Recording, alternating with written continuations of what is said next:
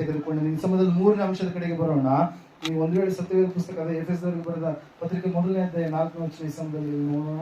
ಯಾಕೆ ಆತನ ಆರಿಸಿ ತೆಗೆದುಕೊಂಡರು? ಮೊದಲನೇದಾಗಿ ಆತನ ಸಂಗಡ ಇರಬೇಕು, ಎರಡನೇದಾಗಿ ಫಲ ಕೊಡುವಂತ ಮಕ್ಕಳು ಆಗಬೇಕು, ಮೂರನೇದಾಗಿ ಈ ಸಮಯದಲ್ಲಿ ನಾವು ನೋಡೋಣ.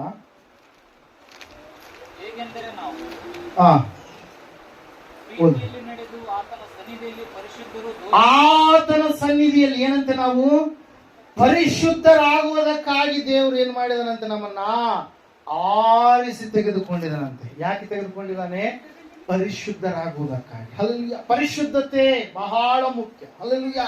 ಪ್ರೇಸ್ ನಾವು ನೋಡ್ತಾ ಇದ್ದೇವೆ ಪ್ರೇರೆ, ನನಗೆ ಒಬ್ಬನೇ ದೇವರು ಎಂಬುದಾಗಿ ನಾವು ಎಲ್ಲಿವರೆಗೆ ನಮ್ಮ ಏನಂತ ಹೇಳ್ತೀವಿ, ಏನ್ಬೇಕು ಮೆದುಳು, ನಮ್ಮ ತಲೆ ಐತಲ್ಲ, ತಲೆಗ ಏನ್ ತುಂಬ್ಕೊಂಡಿರ್ತೀವಿ ನಾವು? ಏಸಪ್ಪ ಎಲ್ಲರಿಗೂ ಹೋಗ್ಬೇಕಂತ ತಿಳ್ಕೊಂತೀವಿ ಬಹಳಷ್ಟು. ಯಾಕೆ ಹೇಳ್ರಿ, ನಾವು ಹಿಂದಿನ ನಡತೆ, ಹಿಂದಿನ ಹಳೆಯ ಜೀವಿತ, ನಾವು ಹುಟ್ಟಿ ಬೆಳೆದಂತ ಸಮಯದಲ್ಲಿ ಕೆಲವೊಂದು ವಾತಾವರಣಗಳು ಅವುಗಳನ್ನ ಏನ್ ಮಾಡಿದ, ನಮಗೆ ಸತ್ಯ ದೇವರ ಕಡೆಗೆ ನಮಗೆ ನಡೆಸಿಲ್ಲ. ಸೃಷ್ಟಿಕರ್ತನ ಯಾರೆಂಬುದಾಗಿ ತಿಳಿದುಕೊಳ್ಳಲಾರದ ಹಾಗೆ ಅವೆಲ್ಲ ಕಸದೋಪಾದಿಯಲ್ಲಿ, ಕಳೆಗಳೋಪಾದಿಯಲ್ಲಿ ನಮಗೆ ಕುಂತ ಕಾರಣಕ್ಕಾಗಿ ಅವಾಗ ಎಲ್ಲ ಹೊಲಗಳಲ್ಲಿ ಒಂದೊಂದು ಬೀಜಗಳನ್ನ ಹಾಕಿ ಯಾವ ರೀತಿಯಾಗಿ ಬೆಳೆ ಬರುತ್ತೋ ಅದರಂಗ ಯೇಸು ಸ್ವಾಮಿ ಕೂಡ ಒಬ್ಬ ದೇವರು. ಎಲ್ಲರ ದೇವರುಗಳಿದೆ, ಆತನು ಕೂಡ ಒಬ್ಬ ದೇವರು ಎಂಬುದ. ಹಲ್ಲೆಲೂಯಾ. ಪ್ರೇಸ್ ದೇವರು ಅದನ್ನು ಎಷ್ಟು ಮಾತ್ರಕ್ಕೂ ಒಪ್ಪುವುದಿಲ್ಲ. ನೀವು ನಂಬ್ರಿ ಬಿಡ್ರಿ, ದೇವರು ಒಬ್ಬಾತನೇ. ಆತನು ನರಮನುಷ್ಯನಾಗಿ ಈ ಲೋಕಕ್ಕೆ ಹೊರಟು ಬಂದಿರತಕ್ಕಂತ ನಜರೇತಿನ ಯೇಸುವಾಗಿದ್ದಾನೆ ಪ್ರೇರೆ. ಹಲ್ಲೆಲೂಯಾ. ಪ್ರೇಸ್ ವಾಕ್ಯ ಹೇಳ್ತಾರೆ, ಸತ್ಯವೇದ ಹೇಳ್ತಾ ಇದೆ, ಆತನು ನಿನ್ನನ್ನು ಆರಿಸಿಕೊಂಡಿದ್ದಾನೆ, ನೀನು ಪರಿಶುದ್ಧನಾಗಿ ಜೀವಿಸಬೇಕಂತೇಳಿ, ಪರಿಶುದ್ಧತೆ ನಿನ್ನಲ್ಲಿ ಕಂಡು ಬರ್ಬೇಕಂತೇಳಿ. ಹಲ್ಲೆಲೂಯಾ. ನೀನು ಪರಿಶುದ್ಧನಾಗಿ ಜೀವಿಸಬೇಕಾದ್ರೆ ಮೊದಲನೇದಾಗಿ ಪರಿಶುದ್ಧನಾದಂತ ದೇವರು ಯಾರಂತೇಳಿ ತಿಳಿದುಕೊಳ್ಬೇಕು. ಹಲ್ಲೆಲೂಯಾ. ದೇವರುಗಳಲ್ಲಿ ಪರಿಶುದ್ಧ ದೇವರು ಎಂಬುದಾಗಿ ಕರೆಸಿಕೊಂಡಂತವ್ರು ಯಾರ್ರಿ? ನಜರೇತಿನ ಯೇಸು ಮಾತ್ರ. ಹಲ್ಲೆಲೂಯಾ. ಎಲ್ಲರ ಚರಿತ್ರೆಗಳನ್ನ ಓದ್ರಿ, ಎಲ್ಲರ ವಿಷಯಗಳನ್ನ, ಸಂಗತಿಗಳನ್ನ ಓದ್ರಿ, ಎಲ್ಲೋ ಯಾವುದೋ ವಿಷಯದಲ್ಲಿ ಅವರು ಏನೋ ಒಂದು ರೀತಿಯಲ್ಲಿ ಏನಾಗಿದ್ದಾರೆ, ತಪ್ಪು ಮಾಡಿದವರಾಗಿದ್ದಾರೆ. ಆದ್ರೆ ಯೇಸುವಿನ ಶೀಲ ಚಾರಿತ್ರ್ಯ ಯಾವಾಗಲೂ ಕೂಡ ಅದು ಹೆಂಗಿರುವಂತದ್ರಿ? ಶುದ್ಧವಾಗಿರುವಂತದ್ದು ಪ್ರಿಯರೇ. ಸ್ವಾಮಿ ವಿವೇಕಾನಂದ ಅವರು ಹೇಳ್ತಾರೆ, ಯೇಸುವಿನ ಶೀಲ ಚಾರಿತ್ರ್ಯದ ಕುರಿತಾಗಿ ತಿಳಿಯದೆ ಮಾತಾಡುವಂತ ನನ್ನ ಹಿಂದೂ ಸಹೋದರನನ್ನು ನೋಡಿ ನಾನು ಎಷ್ಟೋ ಚಿಂತೆ ಮಾಡ್ತೀನಿ ಅಂತೇಳಿ. ಹಲ್ಲೆಲೂಯಾ.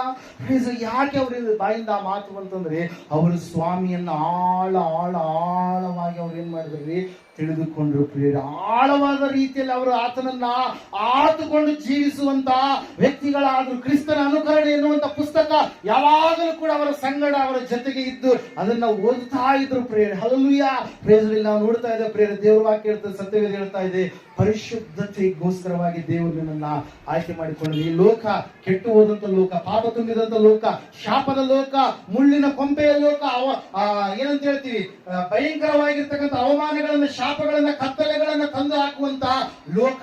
ನಿನ್ನನ್ನ ದೇವ್ರು ಏನ್ ಮಾಡ್ತಾನಂತೆ? ಪರಿಶುದ್ಧ ಮಾಡ್ತಾನೆ. ಪರಿಶುದ್ಧರಾಗಬೇಕಂತ ಹೇಳಿ ದೇವರು ನಿನ್ನನ್ನ ಆರಿಸಿ ತೆಗೆದುಕೊಂಡಿದ್ದಾನೆ. ಆ ಪರಿಶುದ್ಧತೆ ನಿನ್ನಲ್ಲಿ ಕಂಡು ಬರಬೇಕು. ಹಲ್ಲೆಲೂಯಾ. ಪರಿಶುದ್ಧತೆ ಅಂದ್ರೆ ಏನ್ರಿ ಎಂಬುದಾಗಿ ನಾವು ನೋಡುವಾಗ, ಮಣ್ಣಿಗೆ ಬಹಳ ಬೆಲೆ, ಮಣ್ಣಿನಿಂದ ಬಂದಂತವುಗಳಿಗೂ ಕೂಡ ಬಹಳ ಬೆಲೆ. ಹಲ್ಲೆಲೂಯಾ. ಯಾಕೆ ಹೇಳ್ರಿ? ಅದನ್ನ ದೇವರು ಸೃಷ್ಟಿ ಮಾಡಿದ, ದೇವರು ಉಂಟು ಮಾಡಿದ್ದೆಲ್ಲದಕ್ಕೂ ಕೂಡ ಏನಿದೆ? ಬೆಲೆ ಇದೆ. ಮನುಷ್ಯನ ತನ್ನ ಸ್ವಂತ ಕೈಯಿಂದ ಏನು ಕೂಡ ಮಾಡೋದಕ್ಕೆ ಸಾಧ್ಯ ಇಲ್ಲ. ಅವನು ಏನ್ ಮಾಡ್ತಾನೆ? ದೇವರು ಕೊಟ್ಟಿರ್ತಕ್ಕಂಥ ಈ ಭೂಮಿಯಲ್ಲಿ ಇರ್ತಕ್ಕಂಥ ಕೆಲವೊಂದು ವಸ್ತುಗಳನ್ನ ತೆಗೆದುಕೊಂಡು ಏನ್ ಮಾಡ್ತಾನ್ರಿ? ಒಂದು ಹೊಸ ರೂಪವನ್ನು ಕೊಡಬಹುದು ಹೊರತಾಗಿ ಮತ್ತೆ ಬೇರೆ ಏನೂ ಅಲ್ಲ. ಹಲ್ಲೆಲೂಯಾ. ಯಾರು ಆಡ್ಬಾರ್ದು, ಗುಣಪುರ ಅನ್ಸುತ್ತೆ, ದಿನ ಹೆಂಗೆ ಕೇಳಿಸ್ತು, ಕುಂಬಾರ ಮಾಡಿದ ಮಣ್ಣಿನ. ಹಲ್ಲೆಲೂಯಾ.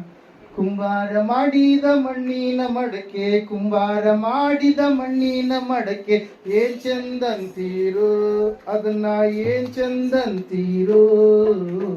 ಸೃಷ್ಟಿ ಮಾಡಿದ ದೇವರನ್ನ ಮರೆತೇ ಬಿಟ್ಟಿರೋ ನೀವು, ಸೃಷ್ಟಿ ಮಾಡಿದ ದೇವರನ್ನ ಮರೆತೇ ಬಿಟ್ಟಿರೋ.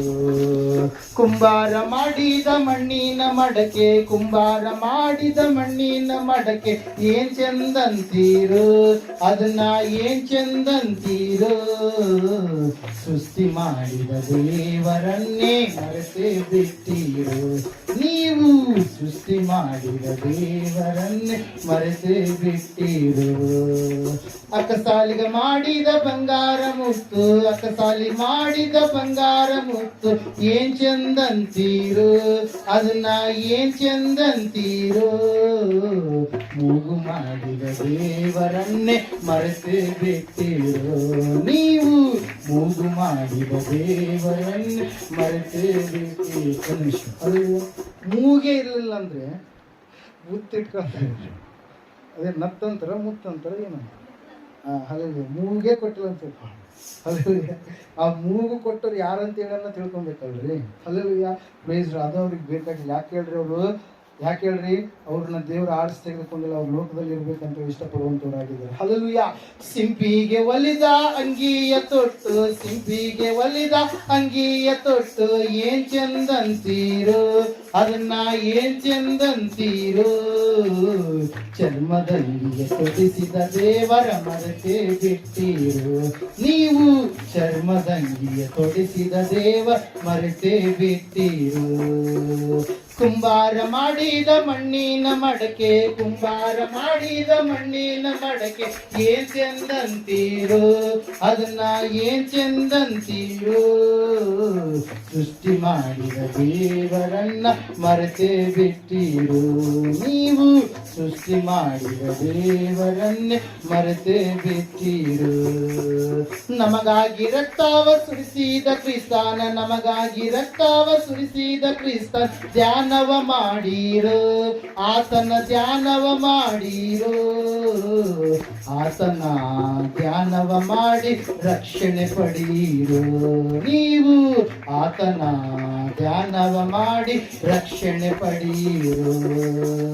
ಕುಂಬಾರ ಮಾಡಿದ ಮಣ್ಣಿನ ಮಡಕೆ, ಕುಂಬಾರ ಮಾಡಿದ ಮಣ್ಣಿನ ಮಡಕೆ, ಏನ್ ಚಂದಂತೀರು ಅದನ್ನ ಏನ್ ಚಂದಂತೀರು. ಸೃಷ್ಟಿ ಮಾಡಿದ ದೇವರನ್ನೇ ಮರೆತೇ ಬಿಟ್ಟಿರೋ ನೀವು, ಸೃಷ್ಟಿ ಮಾಡಿದ ದೇವರನ್ನೇ ಮರೆತೇ ಬಿಟ್ಟಿರೋ. ಲೇಟೆಸ್ಟ್ ಯಾವ್ದ್ರಿ? ರೇಡಿಯೋ ಟಿವಿ ವಿಡಿಯೋ ನೋಡಿ, ರೇಡಿಯೋ ಟಿವಿ ವಿಡಿಯೋ ನೋಡಿ, ಏನ್ ಚಂದಂತೀರೋ ಅದನ್ನ ಏನ್ ಚಂದಂತೀರೋ.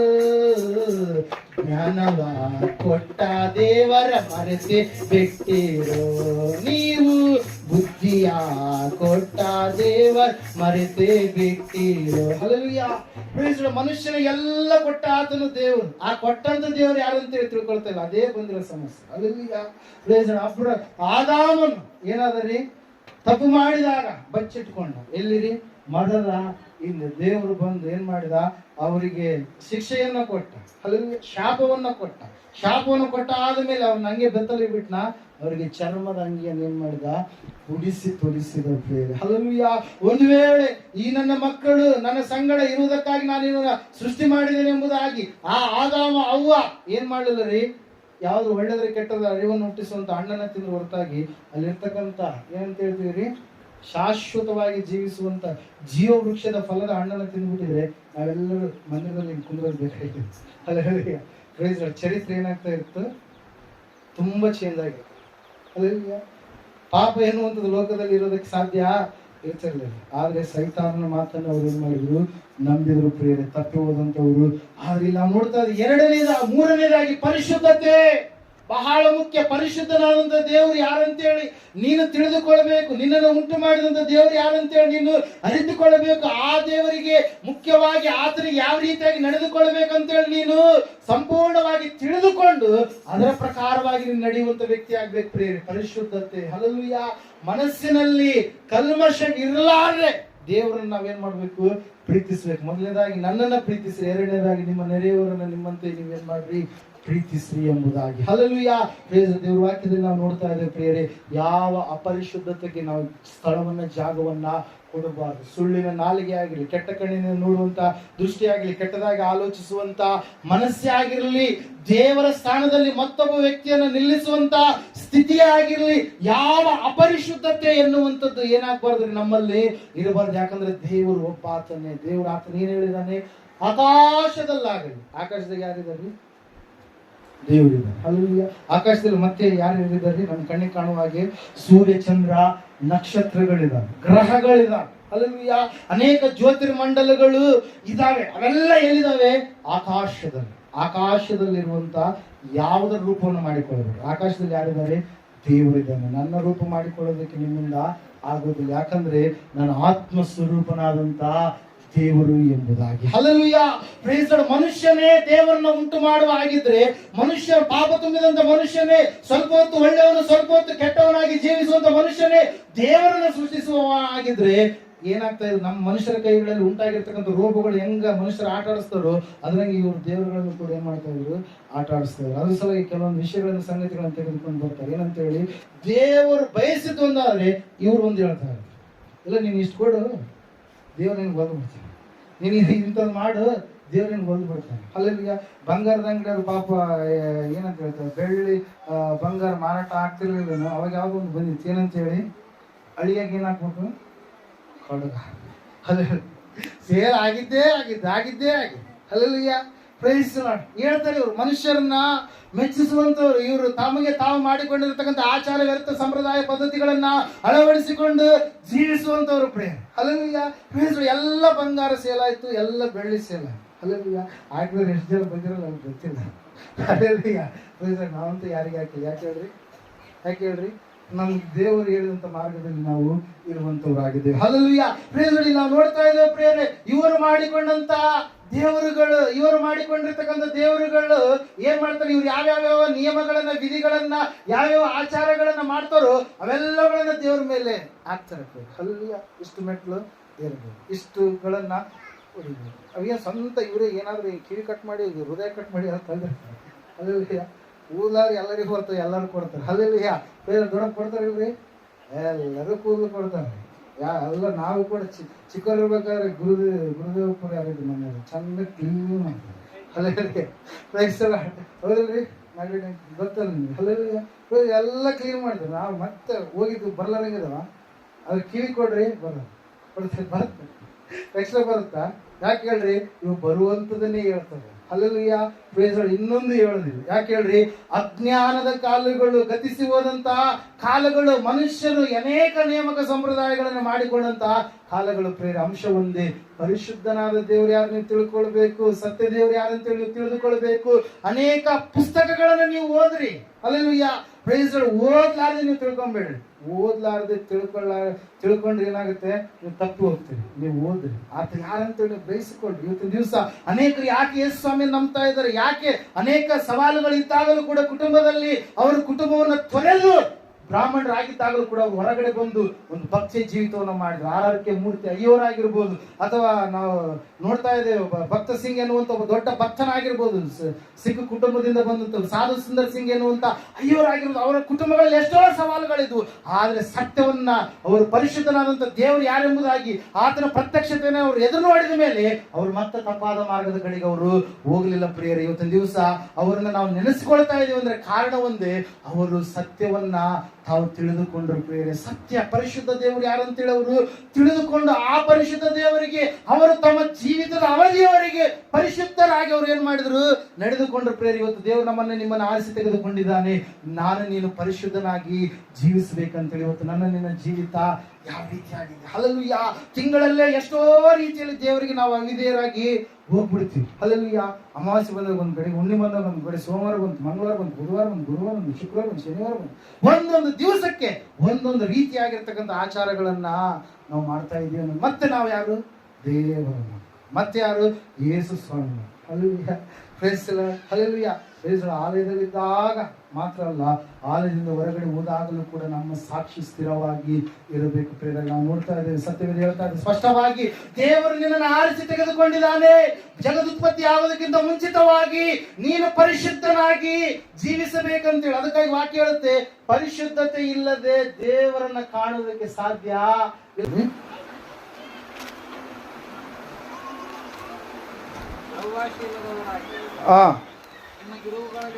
ನಿಮಗಿರುವವುಗಳಲ್ಲಿ ತೃಪ್ತರಾಗಿರಿ. ನಾನು ನಿಮ್ಮನ್ನು ಎಂದಿಗೂ ಕೈ ಬಿಡುವುದಿಲ್ಲ, ಎಂದಿಗೂ ತೊರೆಯುವುದಿಲ್ಲವೆಂದು ದೇವರು ತಾನೇ ಹೇಳಿದಾನೆ. ಹಲ್ಲೆಲೂಯಾ. ಮೊದಲನೇ ಪೇತ್ರನ ಪತ್ರಿಕೆ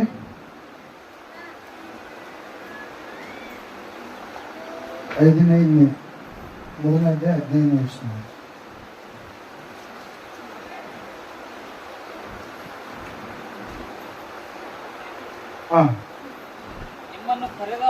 ನಿಮ್ಮನ್ನು ಕರೆದಾತನು ಪರಿಶುದ್ಧನಾಗಿರುವ ಪ್ರಕಾರವೇ ನೀವು ನೀವು ವಿಧೇಯರಿಗೆ ತಕ್ಕಂತೆ ನಿಮ್ಮ ಎಲ್ಲಾ ನಡವಳಿಕೆಯಲ್ಲಿ ಪರಿಶುದ್ಧರಾಗಿರಿ. ಹಲ್ಲೆಲೂಯಾ. ದೇವರು ವಾಕ್ಯ ಹೇಳ್ತಾ ಇದೆ, ಸತ್ಯವೇದ ಹೇಳ್ತಾ ಇದೆ ಪ್ರಿಯರೇ, ಸ್ಪಷ್ಟವಾಗಿ ಏನಂತ ಹೇಳಿ, ಪರಿಶುದ್ಧರಾಗಿ ನಾವು ಇರಬೇಕು ಎಂಬುದಾಗಿ. ಹಲ್ಲೆಲೂಯಾ. 3ನೇ ವಚನ, 3ನೇ ಅಧ್ಯಾಯ, 1 ಯೋಹಾನ ಪತ್ರಿಕೆ. ಯಾಕಂದರೆ ಆತನಿರುವ ಪ್ರಕಾರವೇ ಆತನನ್ನು ನೋಡುವೆವು, ಆತನ ಮೇಲೆ ಈ ನಿರೀಕ್ಷೆಯನ್ನು ಇಟ್ಟಿರುವ ಪ್ರತಿಯೊಬ್ಬನು ಕ್ರಿಸ್ತನು ಶುದ್ಧನಾಗಿರುವಂತೆಯೇ ತನ್ನನ್ನು ಶುದ್ಧ ಮಾಡಿಕೊಳ್ಳುತ್ತಾನೆ ಎಂಬುದೇ. ಹಲ್ಲೆಲೂಯಾ. ಪ್ರೈಸ್. ನಾವು ನೋಡ್ತಾ ಇದ್ದೇವೆ, ದೇವ್ರ ವಾಕ್ಯ ಹೇಳ್ತದೆ, ಸತ್ಯವೇದ ಹೇಳ್ತಾ ಇದೆ ಸ್ಪಷ್ಟವಾಗಿ, ಪರಿಶುದ್ಧತೆಯನ್ನ ನಾವೇನ್ ಮಾಡ್ಬೇಕು, ಅಳವಡಿಸಿಕೊಂಡು ನಾವು ಜೀವಿಸ್ಬೇಕು. ಇನ್ನೊಂದ್ ಕಡೆಗೆ ಸತ್ಯವೇದದಲ್ಲಿ ನಾವು ನೋಡ್ತಾ ಇದ್ದೇವೆ, ಪರಿಶುದ್ಧತೆ ಇಲ್ಲದೆ ದೇವರನ್ನ ಮೆಚ್ಚಿಸೋದಕ್ಕೆ ನಮಗೆ ಸಾಧ್ಯ ಇಲ್ಲ ಎಂಬುದಾಗಿ. ಹಲ್ಲೆಲೂಯಾ. ಪ್ರೈಸ್. ಸಮಯದಲ್ಲಿ 4ನೇ ಅಂಶ ನಮಗೆ ಅಲ್ಲಿ ತಿಳಿಯಪಡಿಸ್ತಾ ಇದೆ ಬೇರೆ. ಅದೇ ಒಂದು ಎಫೆಸದವರಿಗೆ ಬರೆದ ಪತ್ರಿಕೆ 1ನೇ ಅಧ್ಯಾಯ 4ನೇ ವಚನದಲ್ಲಿ ನಾವು ನೋಡ್ತಾ ಇದ್ದೇವೆ, ದೋಷವಿಲ್ಲದವರಾಗಿರುವುದಕ್ಕಾಗಿ ದೇವರು ನಮ್ಮನ್ನು ಏನ್ ಮಾಡಿದಾನೆ, ಆರಿಸಿ ತೆಗೆದುಕೊಂಡಿದ್ದಾನೆ. ಹಲ್ಲೆಲೂಯಾ. ಅನೇಕರು ಇವತ್ತಿನ ದಿವಸ ದೇವರನ್ನು ನಂಬಿದಾದ ಮೇಲೆ ಪರಿಪೂರ್ಣವಾಗಿ ಅವರು ಏನಾಗ್ಬೇಕು, ಮೊದಲನೇದಾಗಿ ಏನಾಗ್ಬೇಕ್ರಿ, ಆತನ ಸಂಗಡ ಇರಬೇಕು. 2ನೇದಾಗಿ ಅವ್ರು ಏನಾಗ್ಬೇಕು, ಫಲ ಕೊಡುವವರಾಗಬೇಕು. 3ನೇದಾಗಿ ಅವ್ರು ಏನಾಗ್ಬೇಕು, ಪರಿಶುದ್ಧರಾಗಿ ಜೀವಿಸಬೇಕು. 4ನೇದಾಗಿ ಅವ್ರು ಏನಾಗ್ಬೇಕ್ರಿ, ವಾಕ್ಯದಲ್ಲಿ ನಾವು ನೋಡ್ತಾ ಇದ್ದೇವೆ ಏನಾಗಿರ್ಬೇಕಂತ, ಅವರು ಸಂಪೂರ್ಣವಾಗಿ ದೋಷವಿಲ್ಲದವರ ಹಾಗೆ ಇರಬೇಕು ಎಂಬುದಾಗಿ. ಹಲ್ಲೆಲೂಯಾ. ಪ್ಲೀಸ್ ಒಂದ್ಸಾರಿ ನೀವು 9ನೇ ಅಧ್ಯಾಯ 6ನೇ ವಚನ, 6 ಮತ್ತು 7ನೇ ವಚನ ಒಂದ್ಸಾರಿ ನೀವು ತೆಗೆದಿದ್ದಾದ್ರೆ ನೆಹೆಮೀಯನ ಪುಸ್ತಕದಲ್ಲಿ ಅಲ್ಲಿ ಸತ್ಯವೇದ ಈ ರೀತಿಯಾಗಿ ಹೇಳ್ತಾ ಇದೆ, ಅಲ್ಲಿ ಒಬ್ಬ ವ್ಯಕ್ತಿಯನ್ನ ದೇವರು ಈ ಲೋಕದಲ್ಲಿ ಒಬ್ಬ ವ್ಯಕ್ತಿಯನ್ನ ಆರಿಸಿ ತೆಗೆದುಕೊಳ್ತಾ ಇದ್ದಾನೆ. ನೆಹೆಮೀಯನ ಪುಸ್ತಕದ ಕಡೆಗೆ ಬಂದು ಒಂದ್ಸಾರಿ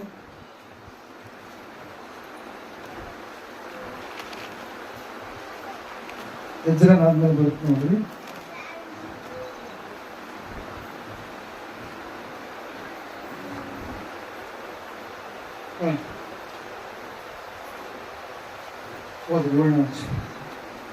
ಯೆಹೋವನೇ ಅಬ್ರಾಮನನ್ನು ಆರಿಸಿಕೊಂಡು ಕಸ್ದೀಯರ ಊರೆಂಬ ಪಟ್ಟಣದಿಂದ ಬರಮಾಡಿ ಅವನಿಗೆ ಅಬ್ರಹಾಮನೆಂಬ ಹೆಸರು ಕೊಟ್ಟ ದೇವರು ನೀನೇ. ಹಲ್ಲೆಲೂಯಾ. ನಾವು ನೋಡ್ತಾ ಇದ್ದೇವೆ, ವಾಕ್ಯ ಹೇಳ್ತದೆ, ಸತ್ಯವೇದ ಹೇಳ್ತಾ ಇದೆ, ದೇವರು ಯಾರನ್ನ ಆರಿಸಿಕೊಂಡ್ರಂತೆ, ಕಸ್ದೀಯರ ಊರೆನ್ನುವಂತ ಪ್ರಾಂತದಿಂದ ಅಬ್ರಾಮ ಎನ್ನುವಂತ ವ್ಯಕ್ತಿಯನ್ನು ಆರಿಸಿಕೊಂಡಿದ್ದೇವೆ. ಹಲ್ಲೆಲೂಯಾ. ಈತನನ್ನ ಆರಿಸಿಕೊಂಡಾದ ಮೇಲೆ ಅಬ್ರಾಮನನ್ನ ದೇವರು ಏನಂತ ಕರೀತಾ ಇದ್ದಾರೆ, ಅಬ್ರಹಾಮನು ಎಂಬುದಾಗಿ. ಅಬ್ರಾಮ ಆಗಿರ್ಲಿಲ್ಲ, ಅಬ್ರಹಾಮನು ಎಂಬುದಾಗಿ ಆತನೇನಾದ, ಬದಲಾವಣೆಯಾದ. ದೇವರ ವಾಕ್ಯದಲ್ಲಿ ನಾವು ನೋಡ್ತಾ ಇದ್ದೇವೆ ಪ್ರಿಯರೇ, ದೇವರು ಅಬ್ರಹಾಮನನ್ನ ಆರಿಸಿಕೊಂಡು ತೆಗೆದುಕೊಂಡಾದ ಮೇಲೆ ಅಬ್ರಹಾಮನು ಕೆಲವು ವಿಷಯಗಳಲ್ಲಿ ದೋಷವುಳ್ಳ ವ್ಯಕ್ತಿಯಾಗಿ ನಡೆದುಕೊಂಡಂತ ಸಮಯದಲ್ಲಿ ದೇವರು ಕರೆದಾಗಲು, ದೇವರು ಆರಿಸಿಕೊಂಡಾಗಲು, ಕೆಲವು ವಿಷಯಗಳಲ್ಲಿ ತಪ್ಪಿ ಹೋದಂತ ಸ್ಥಿತಿಯಲ್ಲಿ ಅಬ್ರಹಾಮನು ಇದ್ದಾಗಲೂ, ಕೆಲವು ವಿಷಯಗಳಲ್ಲಿ ಹಳೆಯ ಸಂಗತಿಗಳ ಕಡೆಗೆ ಆಲೋಚನೆ ಮಾಡಿ ಹಳೆಯ ಸಂಗತಿಗಳ ದಾರಿಯಲ್ಲಿ ನಡೆದಂತ ಸಮಯದಲ್ಲಿ ದೇವರು ಹೇಳ್ತಾ ಇದ್ದಾರೆ ಪ್ರಿಯರ ವಾಕ್ಯದಲ್ಲಿ ಏನಂತ ಹೇಳಂತಂದ್ರೆ, ಅಬ್ರಹಾಮನೇ ನೀನು ನನಗೆ ದೋಷವಿಲ್ಲದವನಾಗಿ ನಡೆದುಕೋ ಎಂಬುದಾಗಿ. ಯಾವ ದೋಷವೋ ಕಂಟಕವೋ ನಿನ್ನನ್ನ ಹಿಡಿದಿದೆ ಅದನ್ನ ಬಿಟ್ಟು ನೀನು ಜೀವಿಸಿ ಎಂಬುದಾಗಿ ದೇವರು ಅಬ್ರಹಾಮನಿಗೆ ಹೇಳಿದಾಗ ಅಲ್ಲಿ ನಾವು ನೋಡ್ತಾ ಇದ್ದೇವೆ, ದೇವರ ವಾಕ್ಯ ಹೇಳ್ತಾ ಇದೆ, ಆ ಒಂದು ದೋಷ ಇರುವಂತದನ್ನ ದೇವರು ಅಬ್ರಹಾಮನಿಗೆ ಹೇಳಿದಾಗ ಅದನ್ನೆಲ್ಲ ಸಂಪೂರ್ಣವಾಗಿ ಆ ದೋಷವನ್ನ ಅಬ್ರಹಾಮನ್ ಏನ್ ಮಾಡ್ತಾ ಇದ್ದಾನೆ, ಬಿಟ್ಟು ನಡೀತಾ ಇದ್ದಾನೆ. ಬಿಟ್ಟು ನಡೆದಾಗ ಅಬ್ರಹಾಮನ ಜೀವಿತದಲ್ಲಿ ಒಂದು ದೊಡ್ಡದಾಗಿರ್ತಕ್ಕಂಥ ಮಹತ್ತರವಾಗಿರ್ತಕ್ಕಂಥ ಕಾರ್ಯ ನೀಡಿತು ಪ್ರಿಯರ. ಆ ಕಾರ್ಯ ಏನ್ರಿ? ಆ ಕಾರ್ಯ ಏನ್ ಹೇಳ್ರಿ? ಆ ಕಾರ್ಯ ಆತನು ಯಾವೊಂದು ಆಸ್ತಿಯನ್ನ ಅಂತಸ್ತನ್ನ ಉಳ್ಳಂತ ವ್ಯಕ್ತಿಯಾಗಿದ್ದನು, ಆತನ ಆಸ್ತಿ ಅಂತಸ್ತು ಮುಂದೆ ತನ್ನ ವಾರಸದಾರಿಗೆ ಹೋಗ್ಬೇಕಾಗಿತ್ತು. ಆ ವಾರಸದಾರನಿರಲಾರದ ಸ್ಥಿತಿಯಲ್ಲಿ 100 ವರ್ಷದ ಅಬ್ರಹಾಮ, 90 ವರ್ಷದ ಸಾರಾ ಜೀವಿಸ್ತಾ ಇದ್ದಾರೆ ಪ್ರೇರೆ. ಹಲ್ಲೆಲೂಯಾ. ದೇವರ ಅಬ್ರಹಾಮನಿಗೆ ದರ್ಶನ ಕೊಟ್ಟು ಆತನಿಗೆ ಹೇಳಿದಾಗ ಆ ದೋಷವನ್ನು ತೆಗೆದು ಹಾಕಿಕೊಂಡಾದ ಮೇಲೆ ದೇವರ ವಾಕ್ಯದಲ್ಲಿ ನಾವು ನೋಡ್ತಾ ಸತ್ಯವೇದ ಹೇಳ್ತಾ ಇದೆ ಪ್ರೇರೆ, ದೇವರು ಅವರಿಗೆ ಅದ್ಭುತವನ್ನ ಮಾಡಿದ. ಅಳುವಂತ ಸಮಯದಲ್ಲಿ, ಕಣ್ಣೀರಿನಲ್ಲಿ ಇರುವಂತ ಸಮಯದಲ್ಲಿ ದೇವರು ಅವರ ಕಣ್ಣೀರನ್ನ, ಆ ದೋಷವನ್ನು ತೆಗೆದು ಹಾಕಿಕೊಂಡಾದ ಮೇಲೆ ದೇವರವರ ಕಣ್ಣೀರನ್ನು ಸಂಪೂರ್ಣವಾಗಿ ಏನ್ ಮಾಡಿದ್ದಾರೆ, ಒರೆಸಿ ಹಾಕಿದ ಪ್ರಿಯರೇ. ಅದಕ್ಕಾಗಿ ನಾವು ನೋಡ್ತಾ ಇದ್ದೇವೆ ಇವತ್ತಿನ ದಿವಸ ದೇವರು ನಮ್ಮನ್ನ ಆರಿಸಿ ತೆಗೆದುಕೊಂಡಿದ್ದಾನೆ. ಕಾರಣ ಒಂದೇ, ನಾವು ದೋಷವಿಲ್ಲದವರಾಗಿ ನಡೆಯಬೇಕಂತೇಳಿ. ಅದಕ್ಕಾಗಿ ನೀವು ಮೊದಲನೇ ಪೇತ್ರನ ಪತ್ರಿಕೆ ಕಡೆಗೆ ಬರೀ ಸಮಯದಲ್ಲಿ 2ನೇ ಅಧ್ಯಾಯ 9ನೇ ವಚನ ಓದ್ತೀರಿ ಯಾರಾದ್ರು? ಕೊನೆಯದಾಗಿ ಅಲ್ಲಿ ನೋಡ್ರಿ, ಮೊದಲನೇ ಪೇತ್ರನ ಪತ್ರಿಕೆ ಕೊನೆಯ ಕಡೆ ಈ ಭಾಗದಲ್ಲಿ ಇರುತ್ತೆ ನೋಡ್ರಿ.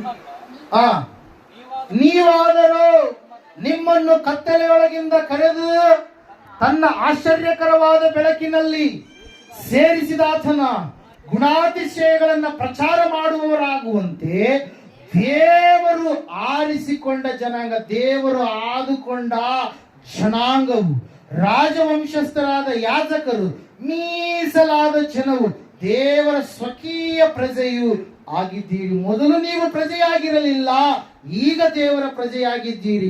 ಮೊದಲು ವಾತ್ಸಲ್ಯ ಹೊಂದಿರಲಿಲ್ಲ, ಈಗ ವಾತ್ಸಲ್ಯ ಹೊಂದಿದ್ದೀರಿ. ಅಬ್ರಹಾಮನ ಹಳೆಯ ಜೀವಿತವನ್ನು ನೋಡಿದ್ರೆ ಆತನಿಗೆ ಯಾವ್ಯಾವ ಸಂಗತಿಗಳು ಆತನಿಗೆ ಅಳಕಿಸ್ತಾ ಇದ್ವು, ಯಾವ್ಯಾವ ಸಂಗತಿಗಳು ಆತನನ್ನ ಅವಮಾನದ ಕಡೆಗೆ ನಡೆಸ್ತಿದ್ವು, ಯಾವ್ಯಾವ ಸಂಗತಿಗಳು ಆತನನ್ನ ಬಲಹೀನತೆಯಲ್ಲಿ ನಿಲ್ಲಿಸಿದ್ವು.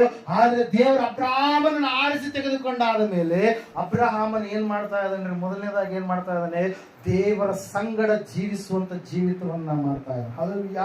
ಅಬ್ರಹಾಮನು ದೇವರ ಪ್ರತ್ಯಕ್ಷತೆಯನ್ನು ಎದುರು ನೋಡುವಂತ ವ್ಯಕ್ತಿಯಾಗಿದ್ದ. ದೇವರ ವಾಕ್ಯ ಆಗಾಗ ಅಬ್ರಹಾಮನಿಗೆ ಬರ್ತಾ ಇತ್ತು. ದೇವರು ಯಾವ್ಯಾವ ಸ್ಥಳಕ್ಕೆ ಹೋದ್ರು ಕೂಡ ಅಲ್ಲೆಲ್ಲ ದೇವರನ್ನ ನೆನಪು ಮಾಡಿಕೊಂಡು ಯಜ್ಞವನ್ನ ಮಾಡ್ತಾ ಇದ್ದ ಪ್ರಿಯರೇ. Hallelujah, praise Lord. ಮತ್ತೆ ಅಬ್ರಹಾಮನು ಉಳ್ಳಂತ ವ್ಯಕ್ತಿ ಆದಂತ ಸಮಯದಲ್ಲಿ, ಆ ದೋಷವನ್ನು ತೆಗೆದು ಹಾಕಿಕೊಂಡಂತ ಸಮಯದಲ್ಲಿ, ದೇವರಿಗೆ ಪರಿಶುದ್ಧನಾಗಿ ಜೀವಿಸಬೇಕಂತೇಳಿ ತನ್ನ ಜೀವಿತವನ್ನು ಸಂಪೂರ್ಣವಾಗಿ ದೇವರಿಗೆ ಮುಡುಪಾಗಿಟ್ಟಂತ ಸಮಯದಲ್ಲಿ, ಮತ್ತೆ ದೇವರಿಗೆ ಫಲ ಕೊಡುವಂತ ನಾನು ವ್ಯಕ್ತಿ ಆಗಬೇಕಂತೇಳಿ ಓದಲೆಲ್ಲ ದೇವರ ಸಾಕ್ಷಿಯನ್ನು ಹೇಳಿದಂತ ಸಮಯದಲ್ಲಿ ಆತನ ಜೀವಿತ ಸಂಪೂರ್ಣವಾಗಿ ಏನಾಯ್ತ್ರಿ, ಬದಲಾವಣೆ ಆಯ್ತು ಪ್ರಿಯರೇ. ಹಲ್ಲೆಲೂಯಾ. ದೇವರು ಇವತ್ತಿನ ದಿವಸ ನಿನ್ನನ್ನು ಆರಿಸಿ ತೆಗೆದುಕೊಂಡಿದ್ದಾನೆ. ಈ 4 ಕಾರ್ಯಗಳ ಮೂಲಕವಾಗಿ ದೇವರು ನಿನ್ನನ್ನು ಆರಿಸಿ ತೆಗೆದುಕೊಂಡಿದ್ದಾದ್ಮೇಲೆ ನೀನ್ ಹೆಂಗಿರ್ತೀಯ ರೀ, ದೇವರ ಮೀಸಲಾದಂತ ಜನಾಂಗವಾಗಿ. ಹಲ್ಲೆಲೂಯಾ. ರಾಜವಂಶಸ್ಥನಾಗಿರ್ತೀಯ. ನೀನು ಹೆಂಗಿರ್ತೀಯ ಅಲ್ಲಿ ದೇವರ ವಾಕ್ಯ ಹೇಳ್ತಾ ಇದೆ, ನೀನು ದೇವರ ಪ್ರಜೆಯಾಗಿದ್ದೀಯಾ.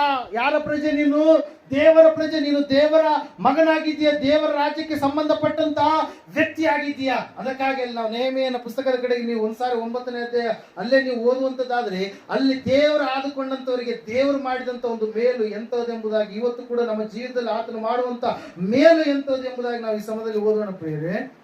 9ನೇ ಅಧ್ಯಾಯ ತೆಗೆದಿದ್ದೀರಾ?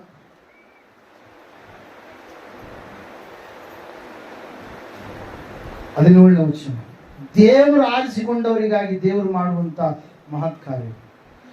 ನೀನು ಅವರ ಮಧ್ಯದಲ್ಲಿ ಮಾಡಿದ ಮಹತ್ ಕಾರ್ಯಗಳನ್ನ ಅವರು ಮರೆತು ಮಾತು ಕೇಳದೆ ಹಠ ಹಿಡಿದು ತಮಗೊಬ್ಬ ನಾಯಕನನ್ನು ನೇಮಿಸಿಕೊಂಡು ಮುಂಚಿನಂತೆ ದಾಸರಾಗಿರುವುದಕ್ಕಾಗಿ ಐಗುಪ್ತಕ್ಕೆ ಹಿಂದಿರುಗಬೇಕೆಂದಿದ್ದರು.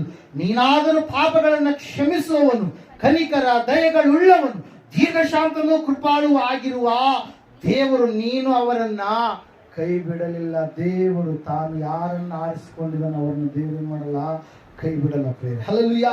ದೇವರು ಯಾರನ್ನು ಆರಿಸಿಕೊಂಡಿದ್ದಾನೋ ಅವರಿಗೆ ಎಂತಹ ಸಮಸ್ಯೆಗಳೇ ಬರಲಿ, ಎಂತಹ ಸವಾಲುಗಳೇ ಬರಲಿ, ಎಂತಹ ಪರಿಸ್ಥಿತಿಗಳೇ ಬರಲಿ, ದೇವರು ಮಾತ್ರ ಅವರನ್ನ ಎಂದಿಗೂ ಕೂಡ ಕೈ ಬಿಡೋದಿಲ್ಲ.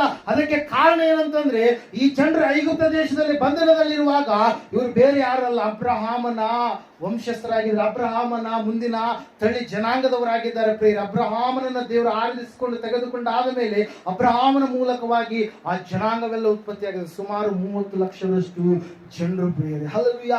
ದೇವರವರ ಸಂಗಡ ಇದ್ದ ಕಾರಣಕ್ಕಾಗಿ, ದೇವರವರನ್ನು ಆರಿಸಿಕೊಂಡ ಕಾರಣಕ್ಕಾಗಿ ಅವರಿಗೆ ದೇವರು ಮಾಡುವಂತ ಮಹತ್ ಕಾರ್ಯಗಳು ಬಹಳ ಶ್ರೇಷ್ಠವಾಗಿರುವಂತವುಗಳು ಪ್ರಿಯರೇ. ಹಲ್ಲೆಲೂಯಾ. ಆತನು ಆಕಾಶವನ್ನ, ಭೂಮಿಯನ್ನ ನಾವು ನೋಡ್ತಾ ಇದ್ದೇವೆ. ಆತನ ಸ್ವಾಧೀನದಲ್ಲಿರ್ತಕ್ಕಂಥ ಈ ಸೃಷ್ಟಿ ಎಲ್ಲವನ್ನ ತನ್ನ ಮಕ್ಕಳ ಪರವಾಗಿ ಆತ ನಿಲ್ಲಿಸುವಂತಹ ದೇವರಾಗಿದ್ದಾನೆ ಪ್ರಿಯರೇ. ಇವರು ಗೆರ್ಷೋಮ್ ಪ್ರಾಂತದಲ್ಲಿದ್ದಾರೆ. ಐಗುಪ್ತರೆಲ್ಲರ ಮೇಲೆ ಸಮಸ್ಯೆ ಇದೆ, ಆದ್ರೆ ಗೆರ್ಷೋಮ್ ಪ್ರಾಂತದಲ್ಲಿ ಆರಿಸಿಕೊಂಡಂತ ಮಕ್ಕಳಾಗಿರ್ತಕ್ಕಂಥ ಇವರಿಗೆ ಯಾವ ಸಮಸ್ಯೆ ಇಲ್ಲ ಪ್ರಿಯರೇ. 3 ದಿವಸ ಕತ್ತಲೆ, 3 ದಿವಸ ಭಯಂಕರವಾಗಿರ್ತಕ್ಕಂಥ ಕಾರ್ಗತ್ತಲೆಯಲ್ಲಿ ಒಬ್ಬರ ದೃಷ್ಟಿ ಒಬ್ಬರಿಗೆ ಕಾಣಲಾರದಂತ ಸ್ಥಿತಿಯಲ್ಲಿ, ಒಬ್ಬರನ್ನೊಬ್ಬರು ನೋಡಲಾರದಂತ ಸ್ಥಿತಿಯಲ್ಲಿ, ಸೂರ್ಯನೇ ಇರಲಾರದಂತ ಒಂದು ಪರಿಸ್ಥಿತಿ ಪ್ರಿಯರೇ. ಅಷ್ಟು ಕಾರ್ಗತ್ತಲು ಆವರಿಸುತ್ತೆ ಯಾವ ದೇಶದ ಮೇಲೆ? ಐಗುಪ್ತದ ಮೇಲೆ. ಆದ್ರೆ ಇವರಿಗೆ ಮಾತ್ರ ಕಾರ್ಗತ್ತಲು ಇಲ್ಲ.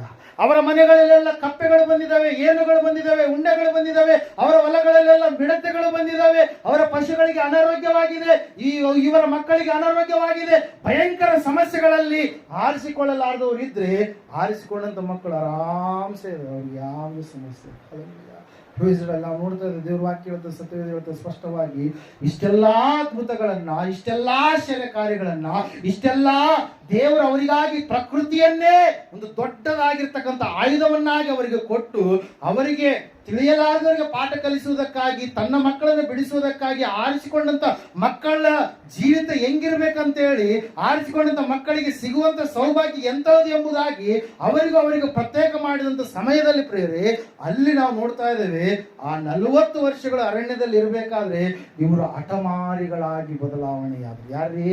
ದೇವರು ಆರಿಸಿಕೊಂಡಂತವ್ರು. ಅದಕ್ಕಾಗಿ ದೇವರು ಆದುಕೊಂಡಂತವರಲ್ಲಿ ಕೆಲವರು ಏನಾದ್ರಂತೆ, ದಾರಿಯ ಮಧ್ಯದಲ್ಲಿ ಅವ್ರೇನಾದ್ರಿ ನಾಶವಾದ. ಅವರು ಒಬ್ಬ ನಾಯಕ ನಮಗೆ ಬೇಕು, ನಮಗೆ ಬೇಡ ಇದು, ನಾವ್ ಎಲ್ಲಿಗೆ ಹೋಗೋಣ? ಐಗುಪ್ತಕ್ಕೆ ಹೋಗೋಣ, ನಾವು ಬಾಬೆಲಿಗೆ ಹೋಗೋಣ, ನಾವು ಮತ್ತೆ ಪುನಃ ಎಲ್ಲಿಗೆ ಹೋಗೋಣ? ಎರಿಕೋವಿಗೆ ಹೋಗೋಣ, ನಮಗೆ ನಾಶನೇ ಬೇಕು, ನಮಗೊಬ್ಬ ದೇವರು ಬೇಡವೇ ಬೇಡ ಎಂಬುದಾಗಿ ಏನ್ ಮಾಡ್ತಾರೆ? ಸತ್ಯವನ್ನು ಬಿಟ್ಟು ಮತ್ತೆ ಅಸತ್ಯದ ಕಡೆಗೆ ಹೋಗ್ತಾರೆ ಪ್ರಿಯರೇ. ಅದಕ್ಕಾಗಿ ದೇವ್ರ ವಾಕ್ಯ ಹೇಳ್ತದೆ, ಸತ್ಯವೇದ ಹೇಳ್ತದೆ, ಸ್ಪಷ್ಟವಾಗಿ ಹೇಳ್ತದೆ. ಏನಂತ ಹೇಳಿದ್ರೆ, ಅವರು ಮರೆತು ಮಾತು ಕೇಳದೆ ಹಠ ಹಿಡಿದು ತಮಗೊಬ್ಬ ನಾಯಕನನ್ನ ನೇಮಿಸಿಕೊಂಡು ಮುಂಚಿನಂತೆ ದಾಸರಾಗಿರುವುದಕ್ಕಾಗಿ ಐಗುಪ್ತಕ್ಕೆ ಹಿಂದಿರುಗಿ. ದಾಸತ್ವದಲ್ಲಿ ಇರ್ಬೇಕಂತ ಹೇಳಿ ದೇವ್ರು ನಿನ್ನ ಆರಿಸಿಕೊಂಡಿದ್ದಿಲ್ಲ, ನಿನ್ನನ್ನ ಸ್ವತಂತ್ರದಲ್ಲಿ ಇರಬೇಕಂತ ಹೇಳಿ ದೇವ್ರು ನಿನ್ನ ಏನ್ ಮಾಡಿದ್ದಾನೆ? ಆರಿಸಿ ತೆಗೆದುಕೊಂಡಿದ್ದಾನೆ ಪ್ರಿಯರೇ. Hallelujah, praise. ಅದಕ್ಕಾಗಿ ದೇವರ ವಾಕ್ಯದಲ್ಲಿ ನಾವು ನೋಡ್ತಾ ಇದ್ದೇವೆ ಪ್ರಿಯರೇ, ಆರಿಸಿಕೊಂಡಂತವರಿಗೆ ದೇವರ ಅಭಯ ಇರುತ್ತೆ, ದೇವರ ಹಸ್ತ ಅವ್ರನ್ನ ಪರಿಪಾಲಿಸ್ತಾ ಇರುತ್ತೆ, ಅವ್ರಿಗೆ ಯಾವ ಕೇಡು ಇಲ್ಲ. ಅಲ್ಲಿ ನಾವು ನೋಡ್ತಾ ಇದ್ದೇವೆ ಪ್ರಿಯರೇ, ಆ ಪ್ರಾರ್ಥನೆ ಮಾಡ್ತಾರೆ. ಎಂತ ಪ್ರಾರ್ಥನೆ ನೋಡ್ರಿ, ಅಲ್ಲಿ ಒಂದು ವಚನ ಓದ್ತೀರಾ? ನೀನಾದರೂ ಅವರನ್ನ ಏನ್ ಮಾಡ್ಲಿಲ್ಲಂತೆ? ಕೈ ಬಿಡಲಿಲ್ಲ. ಅವರು ತಮಗೆ ಎರಕಲ ಬಸವನನ್ನ ಮಾಡಿಕೊಂಡು, ಇಸ್ರಾಯೇಲರೇ, ನಿಮ್ಮನ್ನು ಐಗುಪ್ತದಿಂದ ಕರಕೊಂಡ ಬಂದ ದೇವರು ಇದೇ ಎಂದು ಹೇಳಿ ನಿನ್ನನ್ನು ಅಸಡ್ಡೆ ಮಾಡಿದಾಗಲೂ, ಅವರೆಲ್ಲ ದೇವರಿಗೆ ಏನೆಲ್ಲ ಅಂದಾಗಲೂ ಕೂಡ ನನ್ನ ವಾಕ್ಯದಲ್ಲಿ ನಾವು ನೋಡ್ತಾ ಇದ್ದೇವೆ, ಕರುಣಾನಿಧಿಯಾದ ನೀನು ಅವರನ್ನ ಅರಣ್ಯದಲ್ಲಿ ಕೈ ಬಿಡಲಿಲ್ಲ. ಮತ್ತೆ ನಾವು ನೋಡ್ತಾ ಇದ್ದೇವೆ, ಮುಂದೆ ವಚನ ಹೇಳ್ತಾ ಇದೆ ಪ್ರೇರೆ, ಹಗಲಿನಲ್ಲಿ ಅವರಿಗೆ ದಾರಿ ತೋರಿಸುತ್ತಿದ್ದ ಮೇಘ ಸ್ತಂಭವು, ರಾತ್ರಿ ವೇಳೆಯಲ್ಲಿ ಅವರು ನಡೆಯತಕ್ಕ ದಾರಿಯಲ್ಲಿ ಬೆಳಕು ಕೊಡುತ್ತಿದ್ದ ಅಗ್ನಿ ಸ್ತಂಭವು ಅವರನ್ನ ಬಿಟ್ಟು ಹೋಗಲಿಲ್ಲ. ಅವರಿಗೆ ಉಪದೇಶಿಸಲು ನಿನ್ನ ಒಳ್ಳೆ ಆತ್ಮನನ್ನ ಕೊಟ್ಟಿ, ಅವರ ಬಾಯಿಂದ ಮನ್ನವನ್ನ ಹಿಂದೆಗೆಲಿಲ್ಲ. ಬಾಯಾರಿದಾಗ ಅವರಿಗೆ ನೀರನ್ನ ಕೊಟ್ಟಿ 40 ವರ್ಷ ಅವರು ಅವರನ್ನ ಅರಣ್ಯದಲ್ಲಿ ಸಾಕುತ್ತಾ ಇದ್ದಿ. ಅವರಿಗೆ ಯಾವ ಕೊರತೆ ಇರಲಿಲ್ಲ, ಅವರ ಬಟ್ಟೆಗಳು ಜೀರ್ಣವಾಗಲಿಲ್ಲ, ಕಾಲುಗಳು ಬಾತು ಹೋಗಲಿಲ್ಲ. ದೇವರು ಆರಿಸಿಕೊಂಡಂತ ಮಕ್ಕಳಿಗೆ ದೇವರು ಮಾಡಿದಂತ ಮಹತ್ ಕಾರ್ಯಗಳು ಪ್ರಿಯರೇ. ಹಲ್ಲೆಲೂಯಾ. ಇವತ್ತು ಅದೇ ಮಹತ್ ಕಾರ್ಯಗಳನ್ನು ದೇವರು ನಿನ್ನ ಜೀವಿತದಲ್ಲಿ ಮಾಡ್ಲಿಕ್ಕಿದ್ದಾನೆ. ಅದನ್ನ ನಾನು ನೀನು ಅನುಭವಿಸ್ತಾ ಇದ್ದೀವಿ. ಆದ್ರೆ ನಾವು ಒಂದು ವೇಳೆ ಈ ಐಗುಪ್ತಕ್ಕೆ ನಾವು ಹಿಂದಿರುಗಬೇಕು, ಬಾಬೇಲಿಗೆ ನಾವು ಹಿಂದಿರುಗಬೇಕು, ಮತ್ತೆ ಪುನಃ ಹಳೆಯ ಪಾಪದ ಜೀವಿತದ ಕಡೆಗೆ ನಾವು ಹಿಂದಿರುಗಿ ಹೋಗ್ಬೇಕಂತೇಳಿ ಒಂದು ವೇಳೆ ಮನಸ್ಸು ನೀವು ಮಾಡಿದ್ದೆ ಆದ್ರೆ, ನೀನು ಜೀವಿಸುವವರೆಗೂ ಕೂಡ ದೇವರು ನನ್ನ ಕರಿತಾ ಇರ್ತಾನೆ. ಏನಂತೇಳಿ? ಮಗನೇ, ಪುನಃ ನನ್ನ ಬಳಿಗೆ ನೀನು ನಿನ್ನ ಜೀವಿತದ ಅವಧಿಯವರೆಗೆ ದೇವರು ಕರಿತಾ ಇರ್ತಾನೆ ನಿನ್ನನ್ನ. ನನ್ನ ಬಳಿಗೆ ನೀನು ಬಾ, ನೀನು ನನ್ನ ಮಗನು, ನೀನು ನನ್ನ ಮಗಳು, ನಾನು ನಿನ್ನನ್ನು ಆರಿಸಿ ತೆಗೆದುಕೊಂಡಿದ್ದೇನೆ. ನಿನ್ನನ್ನ ಯಾಕೆ ಆರಿಸಿ ತೆಗೆದುಕೊಂಡಿದ್ದೇನೆ ಅಂತಂದ್ರೆ, ನನ್ನ ಸಂಗಡ ಇರಬೇಕು. ಎಲ್ಲಿರ್ಬೇಕು ನನ್ನ ಸಂಗಡ? ಪರಲೋಕದಲ್ಲಿ. 1000 ವರ್ಷಗಳ ಆಳ್ವಿಕೆ ಮಾಡುವ ಸಮಯದಲ್ಲಿ ನನ್ನ ಸಂಗಡ ಇರಬೇಕು. ಹೊಸದಾದಂತ ಭೂಮಿ, ಹೊಸದಾದಂತ ಆಕಾಶವನ್ನು ನಾನು ನಿನಗಾಗಿ ಸೃಷ್ಟಿ ಮಾಡ್ಲಿಕ್ಕಿದ್ದೇನೆ. ಈ ಹಳೆಯ ಆಕಾಶ, ಹಳೆಯ ಭೂಮಿ ಸಂಪೂರ್ಣವಾಗಿ ದೇವರ ಮುಂದೆ ಅದು ಏನಾಗುತ್ತೆ? ಕಾಣಿಸಲಾರದೆ ಆರಿ ಹೋಗುತ್ತೆ. ಬ್ಲ್ಯಾಕ್ ಹೋಲ್ ಅಂದ್ರೆ ಬ್ಲ್ಯಾಕ್ ಹೋಲ್ ನಿಂದ ಇರತಕ್ಕಂಥ ರಹಸ್ಯ ಗೊತ್ತಿಲ್ಲ. ಸೊಲೊಮೋನನ ಒಂದ್ಸಾರಿ ಪ್ರಾರ್ಥನೆ ಮಾಡ್ತೇನೆ ಅಂತೇಳಿ, ದೇವರೇ ನೀನು ಕಾರ್ಗತ್ತಲಿನಲ್ಲಿ ವಾಸಿಸುವ ದೇವರಾಗಿದ್ದಿ ಎಂಬುದಾಗಿ. ಹಲ್ಲೆಲೂಯಾ. Praise Lord. ಎಲ್ಲಿ ಅಂತ ಆತ ದೇವಾಲಯವನ್ನು ಪ್ರತಿಷ್ಠೆ ಮಾಡುವಂತ ಸಮಯದಲ್ಲಿ ಅರಸುಗಳ ಪುಸ್ತಕದಲ್ಲಿ ನಾವು ನೋಡುವಾಗ ಸತ್ಯವೇದ ಹೇಳ್ತಾ ಇದೆ, ಪೂರ್ವಕಾಲ ವೃತ್ತದ ಪುಸ್ತಕದಲ್ಲಿಯೂ ಕೂಡ ನಾವು ನೋಡುವಾಗ ಸತ್ಯವೇದ ಹೇಳ್ತಾ ಇದೆ. ಏನಂತ ಹೇಳ್ರಿ? ದೇವರೇ ನೀನು ಕಾರ್ಗತ್ತಲಿನಲ್ಲಿ ವಾಸಿಸುವಂತ ದೇವರಾಗಿದ್ದೀಯ ಎಂಬುದು. ಯಾವ ಬ್ಲ್ಯಾಕ್ ಹೋಲ್ ಹತ್ರ ಹೋಗ್ತವೆ? ಎಲ್ಲ ಒಳಗೋಗ್ತಂತ, ಯಾವ ಸಮೀಪ ಬರಲ್ಲ. ಕೇಳಿದ್ರೆ ಹೇಳ್ರಿ ಶರಣವ್ರಿ? ಅಲ್ಲಿ ಸೃಷ್ಟಿ ಮೇಲೆ ಇರುವಂತ ಎಲ್ಲಿ ದೇವರಿದ್ದಾನೆ ಅಂತೇಳಿ ಮನುಷ್ಯರು ಹುಡುಕ್ತಾ ಇದ್ದಾರೆ. ಆದ್ರೆ ಮನುಷ್ಯರು ದೇವರನ್ನ ಎಲ್ಲಿ ಹುಡುಕೋದಕ್ಕೆ ಸಾಧ್ಯ ರೀ? ಎಲ್ಲಿ ಹುಡುಕೋದಕ್ಕೆ ಸಾಧ್ಯ? ಯೇಸುವಿನಲ್ಲಿ. ನರ ಮನುಷ್ಯನಾಗಿರ್ತಕ್ಕಂಥ ಯೇಸುವಿನಲ್ಲಿ ಮಾತ್ರ ದೇವರನ್ನು ಹುಡುಕೋದಕ್ಕೆ ಸಾಧ್ಯ. ಬೇರೆ ಎಲ್ಲಿ ಹುಡುಕಿದ್ರು ಕೂಡ ದೇವರವರಿಗೆ ಏನಾಗಲ್ಲ, ಸಿಗೋದಿಲ್ಲ ಪ್ರಿಯರೇ. ಅದರ ಸಲುವಾಗಿ ಕ್ರಿಸ್ಮಸ್ ಟೈಮಲ್ಲಿ ಯಾವಾಗಲೂ ಕೂಡ ನಾವು ಸಂತೋಷದಿಂದ ಹೇಳ್ತಾ ಇರ್ತೀವಿ. ಏನಂತ ಹೇಳಿ? ದೇವರು ಮನುಷ್ಯರಿಗೆ ಉಳಿದನು ಎಂಬುದಾಗಿ. ಇನ್ನೊಂದು ಕಡೆ ಪ್ರಸಂಗಿ ಪುಸ್ತಕದ ಕಡೆಗೆ ನಾವು ಓದುವ 5ನೇ ಅಧ್ಯಾಯದಲ್ಲಿ ನಾವು ನೋಡುವಾಗ ದುಷ್ಟರಿಗೆ ದೇವರು ಒಲಿಯುವುದೇ ಇಲ್ಲ. ಅವ್ರು ಎಷ್ಟು ದುಷ್ಟತನ ಮಾಡಿರ್ತಾರೋ ದೇವರು ಒಂದು ವೇಳೆ ತಮಗೆ ಒಲಿತಾನೆ ಅಂತೇಳಿ ಅನ್ಕೊಳ್ತಾರೇನೋ ದೇವರು ಅವ್ರಿಗೆ ಒಲಿಯೋದಕ್ಕೆ ಸಾಧ್ಯನೇ ಇಲ್ಲ. ಅದ್ರ ಸಲುವಾಗಿ ನಾವು ನೋಡ್ತಾ ಇದ್ದೇವೆ ಆಕಾಶದಿಂದ ಬಂದಿರತಕ್ಕಂಥ ಆ ದೂತರ ಗುಂಪು ಹೇಳ್ತಾ ಇದೆ, ಮೇಲಣ ಲೋಕಗಳಲ್ಲಿ ದೇವರಿಗೆ ಮಹಿಮೆ, ಭೂಲೋಕದಲ್ಲಿ ಮನುಷ್ಯರೊಳಗೆ ಸಮಾಧಾನ. ದೇವರವರಿಗೆ ಒಲಿದೇ ಇದ್ದಾನೆ, ದೇವರವರಿಗೆ ಒಲಿಯುತ್ತಾನೆ, ಆತನ ಬಳಿಗೆ ಬರುವಂತವರಿಗೆ ದೇವರು ಒಲಿತಾನೆ. ಅದ್ರ ಸಲುವಾಗಿ ಹೇಳ್ತಾ ಇದ್ದಾರೆ ಸ್ವಾಮಿಯವರು ಏನಂತ ಹೇಳಂತಂದ್ರೆ, ನನ್ನ ಬಳಿಗೆ ಬರುವವರನ್ನ ಯಾರನ್ನು ಕೂಡ ನಾನು ದೂರ ತಳ್ಳೋದಿಲ್ಲ, ಯಾಕಂದ್ರೆ ಆತನ ದೇವರು. ಆತನ ಯಾವತ್ತೂ ಕೂಡ ಯಾರನ್ನು ಕೂಡ ಏನ್ ಮಾಡಲ್ಲ, ದೂರ ತಳ್ಳೋದಿಲ್ಲ. ಪ್ರೇರಿ ನಾವು ನೋಡ್ತಾ ಇದ್ದೇವೆ, ದೇವರು ವಾಕ್ಯ ಹೇಳ್ತಾ ಸತ್ಯವೇದ ಹೇಳ್ತಾ ಇದೆ, ಆರಿಸಿಕೊಂಡಂತವರ ಜೀವಿತದಲ್ಲಿ ದೇವರು ಅದ್ಭುತಗಳನ್ನ ಮಾಡ್ತಾನೆ. ನೀನು ಪ್ರತ್ಯೇಕವಾದಂತಹ ವ್ಯಕ್ತಿಯಾಗಿದೆ, ನೀನು ಪರಲೋಕದ ಪ್ರತಿನಿಧಿಯಾಗಿದೆಯಾ, ನಿನಗಾಗಿ ದೇವರು ಎಷ್ಟೋ ಯೋಜನೆಗಳನ್ನ ಆತನು ಇಟ್ಟಿದ್ದಾನೆ. ಸಹೋದರ ಸಹೋದರಿ, ಇವತ್ತು ನೀನು ನಂಬು, ಆರಿಸಿಕೊಂಡಂತ ಅನೇಕ ಭಕ್ತರಿಗೆ ಅನೇಕ ಕೇಡುಗಳು ಬಂದಾಗಲೂ ಕೂಡ ಆ ಕೇಡುಗಳು ಜಯ ಕಾಣಲಿಲ್ಲ. ಆ ಕೇಡುಗಳ ಮೇಲೆ ಇವರೇ ಜಯವನ್ನ ಕಂಡ್ರು. ಯೋಸೇಫನ್ನು ದೇವರು ಆರಿಸಿಕೊಂಡಂತ ವ್ಯಕ್ತಿ, ಆ ಒಂದು ಭಯಂಕರವಾಗಿರ್ತಕ್ಕಂಥ 7 ವರ್ಷಗಳ ಆ ಒಂದು ಏನಂತ ಹೇಳ್ತೀವಿ ಬರಗಾಲದ ಪರಿಸ್ಥಿತಿಯಲ್ಲಿ ಇಡೀ ಭೂಮಿಗೆ ಬೇಕಾಗಿರ್ತಕ್ಕಂಥ ಆಹಾರನ್ನ ಏನ್ ಮಾಡಿದ, ಸರಬರಾಜು ಮಾಡಿ. ದಾನಿಯೇಲನು, ಶಾದ್ರಕ್, ಮೇಷಕ್, ಅಬೇದ್ನೆಗೋರು ದೇವರು ಆಯ್ಕೆ ಮಾಡಿಕೊಂಡಂತಹ ವ್ಯಕ್ತಿಗಳು. ಅರಸರುಗಳು ಬದಲಾದರೂ ಇವರ ಸ್ಥಾನ ಬದಲಾಗಲಿಲ್ಲ. ಆ ಸಿಂಹಗಳ ಗವಿಯಲ್ಲಿ ಹಾಕಿದ್ರು ಕೂಡ ಸಿಂಹಗಳಿಗೆ ಆಹುತಿ ಆಗ್ತಾರೆ ಅಂತ ಹೇಳಿ ಕೊಟ್ಟರು ಕೂಡ ಇವರು ಆಹುತಿ ಆಗಲಿಲ್ಲ. ಬೆಂಕಿ ಕೂಡ ಇವರನ್ನ ದಹಿಸಲಿಲ್ಲ. ಇವರ ಬಟ್ಟೆ ಮತ್ತೆ ಇವರ ಕೂದಲುಗಳು ಕೂಡ ಏನಾಗಲಿಲ್ಲಂತೆ, ಸುಟ್ಟು ಹೋಗ್ಲಿಲ್ಲ. ಕಾರಣ ಏನು, ಅವರನ್ನು ದೇವರು ಆರಿಸಿಕೊಂಡಿದ್ದಾನೆ. ಇವತ್ತು ನಿನ್ನನ್ನು ಕೂಡ ದೇವರು ಆರಿಸಿಕೊಂಡಿದ್ದಾನೆ. ನಿನ್ನ ಮೇಲೆ ಕೂಡ 2ನೇ ಮರಣ, ಅಗ್ನಿಯ, ನರಕದ ಕೇಡು ನಿನ್ನ ಮೇಲೆ ಇಲ್ಲ. ಕಾರಣ ಏನಂತಂದ್ರೆ ದೇವರು ನಿನ್ನನ್ನ ಆರಿಸಿ ತೆಗೆದುಕೊಂಡಿದ್ದಾನೆ. ಪ್ರತ್ಯೇಕವಾಗಿರುವುದಕ್ಕಾಗಿ, ಮೀಸಲಾಗಿರುವುದಕ್ಕಾಗಿ ಆತ ನಿನ್ನನ್ನು ಆರಿಸಿ ತೆಗೆದುಕೊಂಡಿದ್ದಾನೆ. ಪ್ರೇರೆ, ಈ ಸಮಯದಲ್ಲಿ ನಾವೆಲ್ಲರೂ ಎದ್ದುಕೊಳ್ಳೋಣ. ದೇವ್ರ ವಾಕ್ಯ ಹೇಳ್ತದೆ, ಸತ್ಯವೇದ ಹೇಳ್ತಾ ಇದೆ, ದೇವರು ನಿನ್ನನ್ನು ಆರಿಸಿ ತೆಗೆದುಕೊಂಡ ಕಾರಣಕ್ಕಾಗಿಯೇ ನೀನು ಇವತ್ತು ದಿವಸ ನಿನ್ನ ಜೀವಿತ ದೇವರ ಸಂಗಡ ಜೀವಿಸುವಂತ ಜೀವಿತ ಇದೆಯಾ? ನಿನ್ನ ಜೀವಿತ ಫಲ ಕೊಡುವಂತ ಜೀವಿತ ಇದೆಯಾ? ನಿನ್ನ ಜೀವಿತ ಪರಿಶುದ್ಧನಾಗಿ ಜೀವಿಸುವಂತ ಜೀವಿತ ಇದೆಯಾ? ನಿನ್ನ ಜೀವಿತ ಒಂದು ವೇಳೆ ದೋಷ ಉಳ್ಳವನಾಗಿ ಜೀವಿಸ್ತಾ ಇದೆಯೇನೋ? ದೋಷವಿಲ್ಲದ ಜೀವಿತ ನಿನ್ನದು ಜೀವಿತ ಇದೆಯಾ? ಸಹೋದರ ಸಹೋದರಿ, ಈ ಸಮಯದಲ್ಲಿ ದೇವರು ಹತ್ರ ನಾವು ಪ್ರಾರ್ಥನೆ ಮಾಡೋಣ. ಈ ಸಮಯದಲ್ಲಿ ದೇವರ ಹತ್ರ ನಾವು ಪ್ರಾರ್ಥನೆ ಮಾಡೋಣ. ದೇವ್ರ ವಾಕ್ಯ ಹೇಳ್ತಾ, ಸತ್ಯವೇದ ಹೇಳ್ತಾ ಇದೆ ಸ್ಪಷ್ಟವಾಗಿ.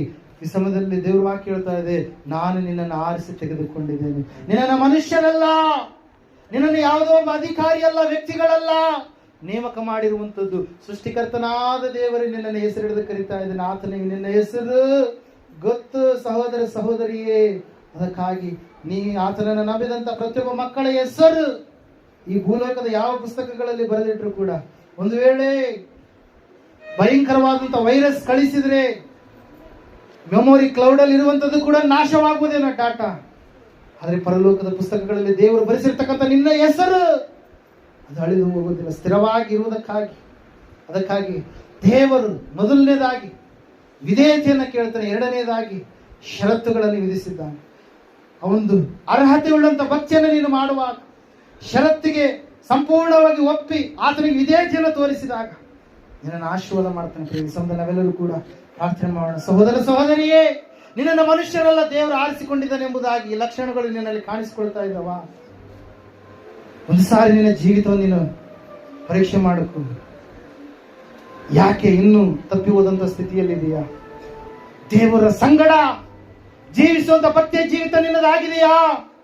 ಶಿಷ್ಯರು ದೇವರ ಸಂಗಡ ಇದ್ರು, ಅದರಲ್ಲಿ ಒಬ್ಬನು ದೇವರ ಸಂಗಡ ಇರೋದಕ್ಕೆ ಇಷ್ಟಪಡಲಿಲ್ಲ. ಅವನಿಗೆ ಹಣ ಬೇಕಾಗಿತ್ತು, ಅವನಿಗೆ ಸುಳ್ಳು ಹೇಳುವಂಥದ್ದು ಬೇಕಾಗಿತ್ತು, ಅವನಿಗೆ ಮೋಸ ಮಾಡುವಂಥದ್ದು ಬೇಕಾಗಿತ್ತು. ಸ್ವಲ್ಪ ಹೊತ್ತು ಯೇಸುವಿನ ಬಳಿಯಲ್ಲಿ, ಸ್ವಲ್ಪ ಹೊತ್ತು ಸಮಾಜದ ಮಧ್ಯದಲ್ಲಿ ಜೀವಿಸ್ತಾ ಇದ್ದ. ಕೊನೆಗೆ ಗುರುವನ್ನೇ ಮೋಸ ಮಾಡಿ ಹಿಡಿದುಕೊಳ್ಳುವಂತ ದೇವದ್ರೋಹಿಯಾಗಿ ಅವನು ಬದಲಾವಣೆಯಾದ. ಒಂದು ವೇಳೆ ದೇವರು ನಿನ್ನನ್ನು ಆರಿಸಿ ತೆಗೆದುಕೊಂಡಾಗಲೂ ಕೂಡ ಲೋಕದ ಲಕ್ಷಣಗಳು ನಿನ್ನಲ್ಲಿ ವಿಸ್ಫೋಟ ಆಗ್ತಾ ಇದ್ದಾವೇನೋ, ಅವೇ ನಿನ್ನಲ್ಲಿ ಕಾಣಿಸಿಕೊಳ್ತಾ ಇದ್ದಾವೇನೋ? ಒಂದು ಸಾರಿ ನಿನ್ನ ಜೀವಿತವನ್ನು ಪರೀಕ್ಷೆ ಮಾಡು. ಪರಿಶುದ್ಧತೆ ಇದೆನಾ? ಒಂದು ಸಾರಿ ನಿನ್ನ ಜೀವಿತವನ್ನು ಪರೀಕ್ಷೆ ಮಾಡಿಕೋ. ದೋಷವಿಲ್ಲದ ಸ್ಥಿತಿ ಇದೆನಾ? ಕಲ್ಮಶಗಳಿದಾವ? ಈ ಸಮಯದಲ್ಲಿ ಯಥಾರ್ಥವಾಗಿ ದೇವರ ಸನ್ನಿಧಾನದಲ್ಲಿ ನೀನು ಒಪ್ಪಿಕೊಳ್ಳುವುದಾದ್ರೆ, ಮನುಷ್ಯರು ಒಂದು ವೇಳೆ ನೀನು ಮಾಡಿರುವಂತದನ್ನ ಪುನಃ ಪುನಃ ನಿನ್ನ ಮುಂದೆ ಹೇಳಿ ನಿನ್ನನ್ನು ಅಳುಕಿಸಬಹುದೇನೋ, ಅಂಜಿಸಬಹುದೇನೋ, ಭಯಪಡಿಸಬಹುದೇನೋ. ಆದ್ರೆ ದೇವರು ನಿನ್ನನ್ನು ಯಾವತ್ತೂ ಕೂಡ ನೀನು ಮಾಡಿದಂತ ಅಪರಾಧಗಳನ್ನ ಪೂರ್ಣವಾಗಿ ಕ್ಷಮಿಸಿ, ಪೂರ್ವಕ್ಕೂ ಪಶ್ಚಿಮಕ್ಕೂ ಎಷ್ಟು ದೂರವೋ ಅಷ್ಟು ದೂರ ನಿನ್ನ ದ್ರೋಹಗಳನ್ನ ಆತನು ಮಾಡಿ ಎಂದಿಗೂ ಕೂಡ ಜ್ಞಾಪಕ ಮಾಡಿಕೊಳ್ಳೋದಿಲ್ಲ. ಯಾಕಂದ್ರೆ ಆತನು ದೇವರ ಪ್ರೇರೆ, ನಾವೆಲ್ಲರೂ ಮನುಷ್ಯರು. ಆ ದೇವರ ಬಳಿಯಲ್ಲಿ ನಿನ್ನ ಸಂಪೂರ್ಣವಾದ ಜೀವಿತ ನೀವು ಒಪ್ಪಿಸಿಕೊಡೋದಾದರೆ ಖಂಡಿತವಾಗಿ ನಿನ್ನನ್ನು ಆಶೀರ್ವದಿಸುವಂತ ದೇವರಾಗಿದ್ದಾನೆ. ಇವತ್ತಿನ ಸಮಯದಲ್ಲಿ ದೇವರ ಬಳಿಯಲ್ಲಿ ಇರುವುದಕ್ಕಾಗಿ ದೇವರು ಆರಿಸಿಕೊಂಡಿದ್ದಾನೆ. ದೇವರಿಗೆ ಫಲ ಕೊಡುವುದಕ್ಕಾಗಿ ದೇವರು ನಿನ್ನನ್ನು ಆರಿಸಿಕೊಂಡಿದ್ದಾನೆ. ದೇವರಿಗೆ ಪರಿಶುದ್ಧನಾಗಿ ಜೀವಿಸುವುದಕ್ಕಾಗಿ ದೇವರು ನಿನ್ನನ್ನು ಆರಿಸಿಕೊಂಡಿದ್ದಾನೆ. ದೇವರಿಗೆ ದೋಷವಿಲ್ಲದ ಹಾಗೆ ನೀನು ನಡೆದುಕೊಳ್ಳುವುದಕ್ಕಾಗಿ ದೇವರು ನಿನ್ನನ್ನು ಆರಿಸಿಕೊಂಡಿದ್ದಾನೆ. ಇವತ್ತು ನಿನ್ನ ಜೀವಿತ ಯಾವ ರೀತಿಯಾಗಿ ಒಂದ್ಸಾರಿ ನೀನು ಪರೀಕ್ಷೆ ಮಾಡಿಕೊಳ್ಳಿ ಸಂಬಂಧ ಪ್ರಾರ್ಥನೆಯಲ್ಲಿ ಏಕೀಭವಿಸು. ಪ್ರಾರ್ಥನೆ. ಸರ್ವಶಕ್ತಿಗೆ ಸುವಿಸ್ತಾರವಾಗಿ ಶ್ರೇಷ್ಠ ವಾಕ್ಯಗಳನ್ನು ಆರಿಸಿಕೊಂಡವರನ್ನು ಎಲ್ಲ ರೀತಿ ನೋಡುವಂತೆ ಇಲ್ಲಿವರೆಗೆ ನೋಡಿದ್ರು, ಇನ್ನು ಮುಂದೆ ಕೂಡ ನೀವು ನೋಡುವಂತೆ ಕರ್ತನೆ ನೀವು ಅಭಯ ನೀಡಿದ್ದೀರಿ. ಅದು ಕಾಣಿಸ್ತದೆ. ಎಲ್ಲ ಘನಮಾನ ಮಹಿಳೆ ಉಂಟಾಗಿ ಯೇಸು ಕ್ರಿಸ್ತ ಮಹಾಪ್ರಭು ಪರಿಶುದ್ಧ ಜೀವನ ಎಲ್ಲವನ್ನು ಹೊಂದಿದ್ದೇವೆ. ಪ್ರಾರಂಭ ಆಮೇಲೆ ಅಲ್ಲಿದೆಯಾ ಸಮಾಜ ಎಲ್ಲರೂ